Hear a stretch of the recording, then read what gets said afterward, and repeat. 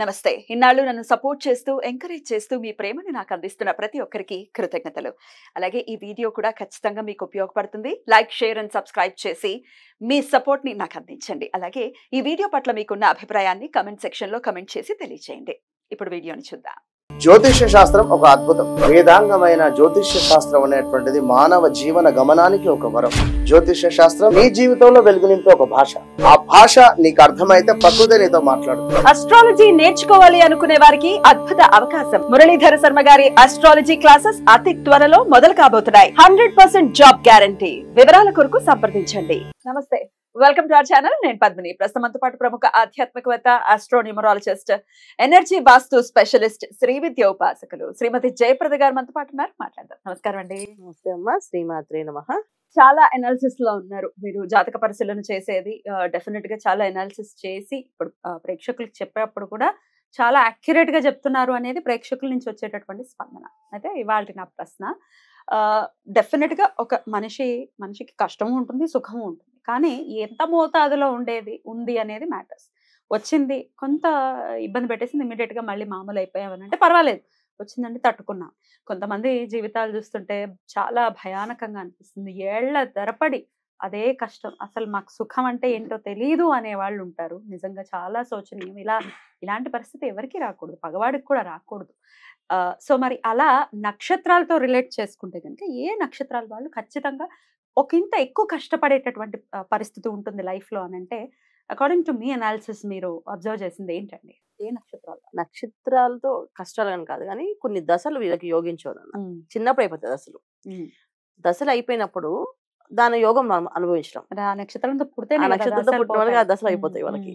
So కానీ particular గా ఈ దశ వాళ్ళకి యోగించలేదు, ఇబ్బంది పడుతున్నారు. చిన్నప్పుడు బాగుండి పెద్దకి బాగాలేకపోవడానికి కారణం కూడా ఏంటంటే దశలు ఒక యోగం లేకపోవడం వల్ల జరుగుతుంది. చాలా మందికి ఏ పూజ చేసినా కలిసి రావట్లేదు, ఏ జపం చేసినా కలిసి రాదు. మాకు ఇంకా మా జీవితమే మారదా, జాతకం మారదంటే ఇక్కడ పూజతోటి మనం చేసే జపంతో ఇవన్నీ ఏంటంటే ప్రారంధ కర్మని తొలగించడం. మన గత జన్మలో చేసుకున్నది ఏదైతే ఉందో కర్మని దాన్ని పోగొట్టుకుంటూ ఉన్నాం ఈ జన్మలో. రేపు వచ్చే ఆగామి కర్మలో మనం ఏదైతే సంపాదించుకోవాలనుకుంటున్నామో అది ఇప్పుడు సాధించుకుంటున్నాం. ఈ సాధించుకునేది దీనికి సంబంధం లేదు. మనం ఆల్రెడీ కష్టాలు పడుతున్నది, ఇబ్బంది పడుతుంది. గత జన్మలో మనం ఏం చేసుకున్నదో దాని వల్ల మనం చేస్తున్నాం. సో ఏది చేస్తుందో దీంట్లో కొన్ని నక్షత్రాలు వాళ్ళకి ఎందుకు కలిసి రాదు అంటే, దీంట్లో ముఖ్యంగా మొట్టమొదటి చెప్పుకోవాల్సిన అనురాధ నక్షత్రం. వాళ్ళకి ఇబ్బందులు ఉంటాయా? వాళ్ళకి చక్కగా ఉంటుంది. ఎందుకంటే అనురాధ నక్షత్రానికి ప్రారంభ దశ ఏంటి? శని మహాదశ. శని భగవాన్ నక్షత్రం అది. శని మహాదశతో స్టార్ట్ అవుతుంది. సో శని మహాదశ వీళ్ళకి ప్రారంభం అవుతుంది కనుక సిని మహాదశ వచ్చే దశ బుధ మహాదశ. సో బుధ మహాదశ అనేది ఇక్కడ బుధుడు యోగకారకుడు అయితే వీళ్ళు విద్యలో మంచి ఉన్నత స్థితిలో వెళ్ళడము, మంచి ఉద్యోగాలు సాధించుకోవడం, వివాహం అవ్వడం, ఇవన్నీ కూడా బాగుంటుంది. బుధుడు యోగకారకుడు కాకపోతే విద్యలో ఆటంకాలు, ఆ స్ట్రగుల్స్ ఫేస్ చేస్తూ తర్వాత వచ్చే బుధ మహాదశతో వచ్చే కేతు మహాదశ కూడా ఇబ్బంది పడుతుంది. సో కేతు మంచి ప్లేస్ లో ఉంటే అక్కడ కొంచెం మళ్ళీ వీళ్ళకి బిజినెస్ చేసి కొంచెం బిజినెస్ చేసి సంపాదించుకోవడం, డబ్బులు సంపాదించుకోవడం అవి బాగుంటుంది అండి. ఇక్కడ మళ్ళీ శుక్రమా దశ. సో ఏవైతే దశలు ఉన్నాయి పెద్ద పెద్ద దశలు, చాలా పెద్ద పెద్ద దశలు. ఇక్కడ ఎవరైనా గ్రహాలు రవి దగ్గరికి వెళ్ళి వక్రించి ఉన్నాయంటే అన్ని పోయినట్టే. అదొకటి ఉందా? జనరల్ గా నక్షత్రానికి దశలు బాగానే ఉంటాయి. అదే దశలు బాగుంటాయి రావాలి కదా అంటే రవి దగ్గరగా గ్రహాలు ఏవైతే వెళ్తాయో ఆ రవి ఒక మనం చెప్తాం తీక్షమైన వేడికి వక్రిస్తాయి.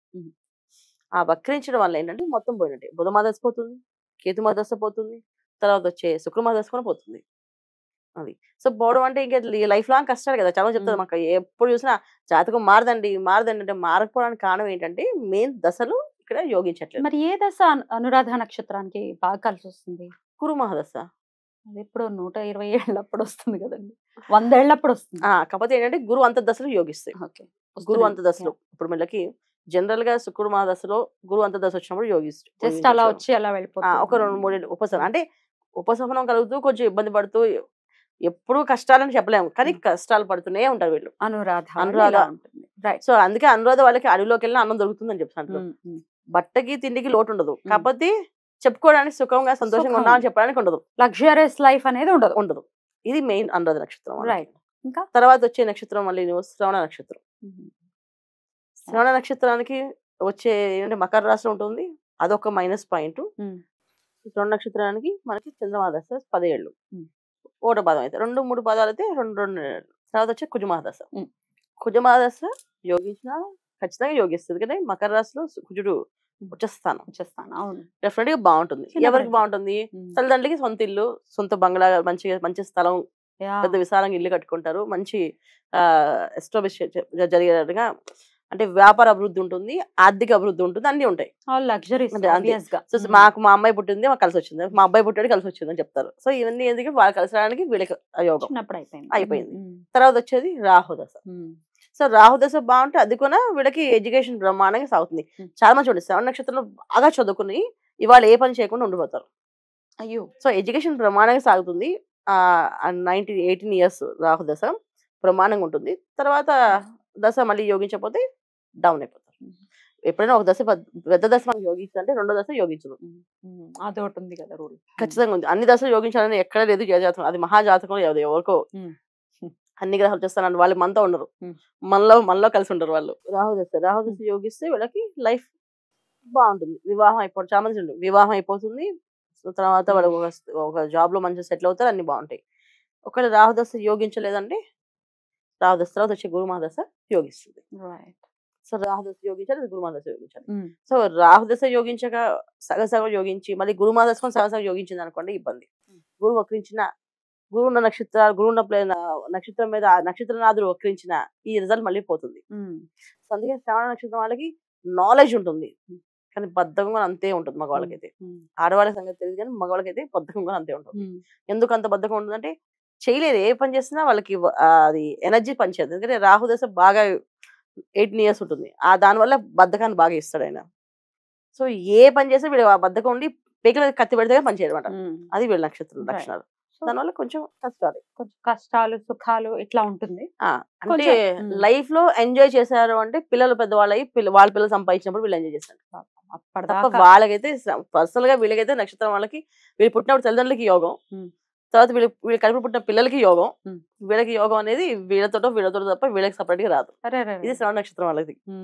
ఇంకా నెక్స్ట్ వచ్చే నక్షత్రం మళ్ళీ మనకి ఆరుద్ర నక్షత్రం, మళ్ళీ రాహు నక్షత్రం. సో రాహుదశతోటి ప్రారంభం అవుతుంది. అది మిథునంలో ఉంటుంది. సో మిథునంలో ఉండటం వల్ల ఒక ప్రాబ్లం ఏంటి. రెండోది ఏంటంటే మళ్ళీ ఇంకొక నక్షత్రం కూడా ఉంది, స్వాతి నక్షత్రం. ఇది కూడా రాహు నక్షత్రమే, ఇది తుల్లో ఉంటుంది.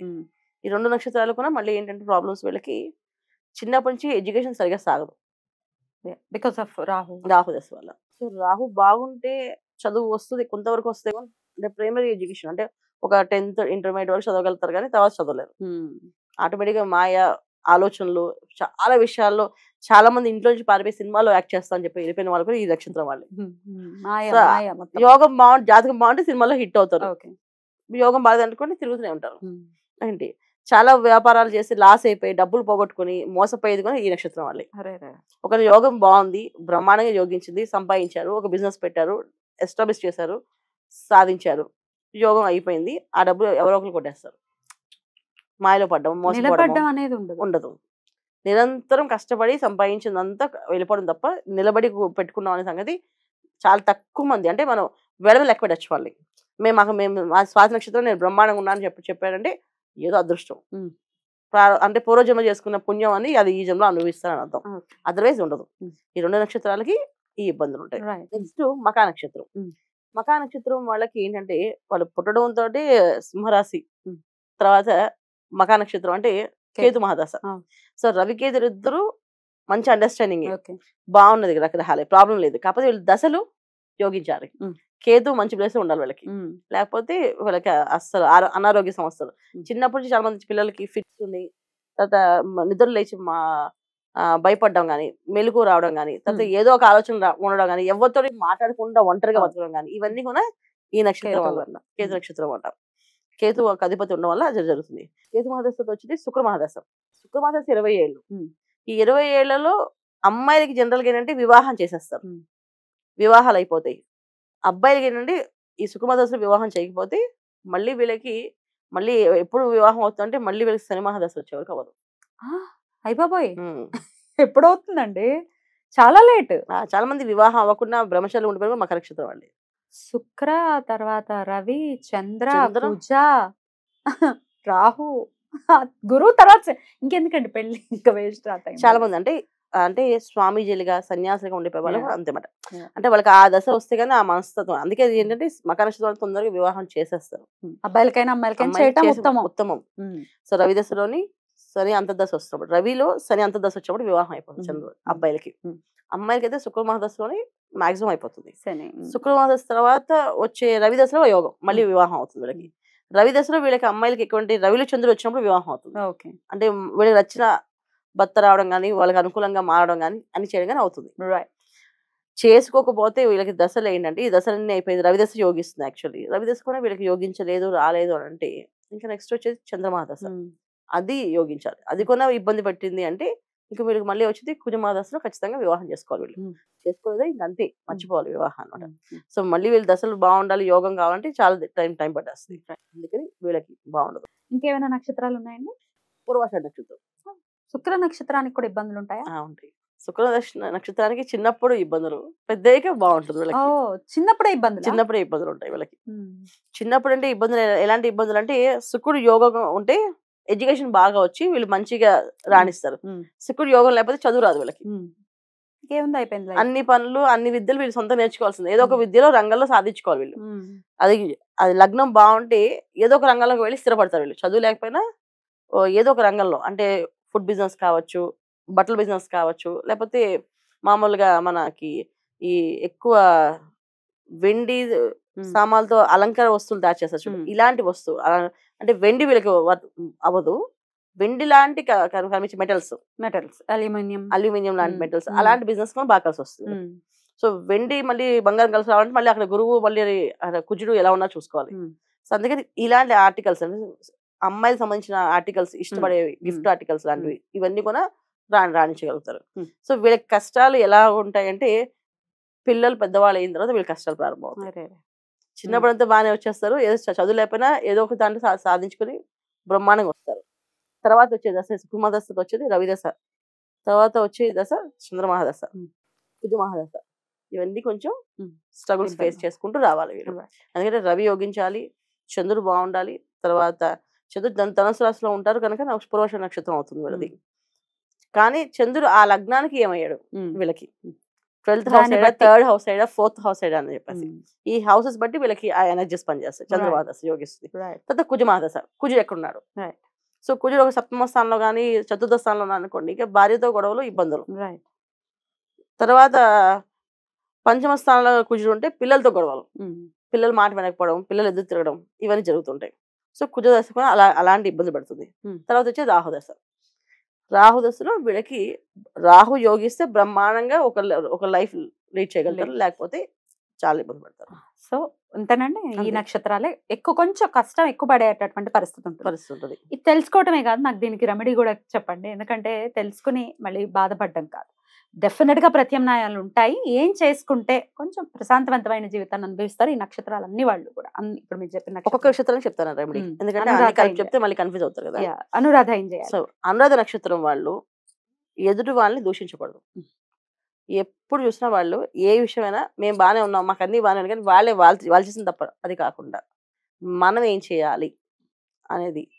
తర్వాత వీళ్ళకి జనరల్గా ఏంటంటే పీనాసి అని కాదు, కానీ ఆ సెల్ఫిష్ అని కానీ కాదు. కానీ కొంతమంది ఏంటంటే ₹1 ఖర్చు పెట్టాలంటే 100 క్వశ్చన్లు వేస్తారు.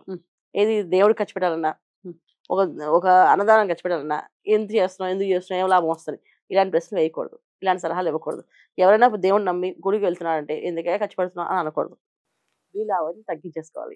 ఎదురు వాళ్ళకి ఫ్రీ సలహాలు ఇవ్వడం తగ్గించేసుకుంటే వీళ్ళు బాగుపడతారు. అనురాధ వాళ్ళు. నెక్స్ట్ శ్రవణ నక్షత్రం. శ్రవణ నక్షత్రంలో అమ్మాయిలకి అబ్బాయిలకి, అబ్బాయిలు ఏంటంటే తల్లిదండ్రులకి ఎదురు చెప్పకుండా బద్ధకాన్ని వదిలేసి పొద్దున్నే లేచి స్నానం ఆచరించాలి. ప్రాతకాల స్నానం చేస్తే వీళ్ళు కలిసి వస్తుంది.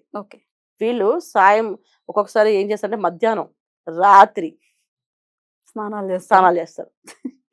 రెస్పాన్సిబిలిటీస్ అన్ని ఉంటాయి, వీళ్ళు తీసుకుంటారు, అది చేస్తారు. కానీ స్నానం మాత్రం మధ్యాహ్నం రాత్రి చేస్తారు, చేయకూడదు. వీళ్ళు ప్రాతకాలం స్నానం చేయాలి. చంద్రుడు ఒక రాశి కానీ, రవి ఒక రాశి ఉన్న రాశులు కానీ ఎప్పుడైనా సరే, రవి నక్షత్రాలు కానీ, చంద్ర నక్షత్రాలు కానీ, వీళ్ళందరూ కూడా ఏంటంటే ప్రాతకాలమే స్నానం చేస్తే వీళ్ళు ఆరోగ్యంగా ఉంటారు, అన్ని అభివృద్ధిగా ఉంటుంది, వీళ్ళకి ఆర్థిక అభివృద్ధిగా ఉంటుంది. వీళ్ళు చేయాల్సిన పని. ఆడవాళ్ళు శ్రవణ నక్షత్రం వాళ్ళు భర్తని దూషించకూడదు. వాడు మంచివాడు కానీ ఎలా అయినా చెడ్డవాడు కానీ ఉండనియండి. ఎలా ఉన్నాయి భర్తను దూషించకూడదు, తల్లిదండ్రులని ఎదురు చెప్పకూడదు, తల్లిదండ్రులకి ఎదురు చెప్పి కానీ నాకు తెలుసు అని కానీ అనకూడదు. తల్లిదండ్రులని గౌరవంగా చూసుకోవాలి, భర్తని గౌరవంగా చూసుకోవాలి.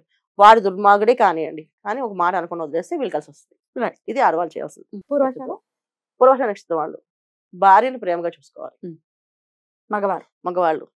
ఆడవాళ్ళు అయితే భర్తని భర్తలు. ప్రేమగా చూసుకోవాలి. Yeah. సో భార్యని ఎంత ఎంత రెస్పెక్ట్ ఇచ్చి ఎంత తనకి ఇవ్వాల్సిన సెల్ఫ్ అంటే ఎవరికి సెల్ఫ్ రెస్పెక్ట్ వాళ్ళకు ఉంటుంది. ఆ రెస్పెక్ట్ మనం ఇవ్వగలిగితే వీళ్ళు కలిసి వస్తుంది. అలాగే హస్బెండ్ ఉన్నాడు అనుకోండి, పూర్వాషాఢ నక్షత్రం అమ్మాయి హస్బెండ్ ని గౌరవంగా చూసుకోవాలి. అతను సంపాదించకపోనండి, ఆయన గౌరవంగా చూసి వీళ్ళు కలిసి వస్తుంది. రైట్. అంతే అది. అంతే లాజిక్. అదే లాజిక్. రైట్. ఆరుద్ర. ఆరుద్ర నక్షత్రం వాళ్ళు వీళ్ళు జనరల్గా ఏంటంటే ఏ విషయమైనా సరే కొంచెం అబద్ధం ఆడడం లేకపోతే దానికి వ్యతిరేకంగా చేస్తారు. ధర్మ మార్గాన్ని వెళ్ళడం వల్ల వీళ్ళు కలిసి వస్తుంది. అంటే అబద్ధం ఆడే ప్లేస్ లో అబద్ధం ఆడకుండా ఎంతవరకు మనం చేయగలుగుతాం, నిజాయితీగా ఉండగలుగుతాం అని చేయాలి. ఈ కాలం కుదరదు అంటే కుదిరే కొన్ని లాజిక్స్ మాట్లాడండి.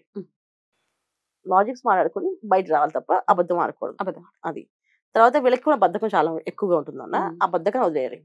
వీళ్ళు కూడా ప్రాతకాలం స్నానం ఆచరించి దుర్గాదేవి ఆరాధన చేయాలి. వీళ్ళు ఎక్కువ దుర్గా ఆరాధన చేయడం వల్ల మాయలో పడకుండా ఇబ్బంది పడుతూ ఉంటారు. మఖా నక్షత్రం వాళ్ళు గణపతి ఆరాధన నిత్యం వీళ్ళు గణపతి ఆరాధన చేయడం వల్ల వీళ్ళ మనసు ప్రశాంతంగా ఉండి ప్రతి ఒక్క పని డెసిషన్స్ తీసుకోగలుగుతారు. స్వాతి నక్షత్రం వాళ్ళు వీళ్ళు ఖచ్చితంగా తల్లిదండ్రులు చాలా రెస్పెక్ట్ ఇవ్వాలన్న. వీళ్ళు చాలా గట్టిగా మాట్లాడతారు. తర్వాత కట్టుకున్న భార్యని కానీ తర్వాత అమ్మాయి అయితే అబ్బాయిని, అబ్బాయి అయితే అమ్మాయిని ఏంటి ఇష్టం మాట్లాడతారు. పిల్లలు కూడా మాట్లాడతారు. సో పిల్లల్ని ఫ్యామిలీకి రెస్పెక్ట్ ఎక్కువగా ఇచ్చి ఫ్యామిలీ ప్రయారిటీ ఎక్కువగా ఇవ్వాలి. ఫస్ట్ ప్రయారిటీ ఫ్యామిలీకి, సెకండ్ ప్రయారిటీ మిగతా విషయాలు. ఇది వీళ్ళు చేయాలి పని.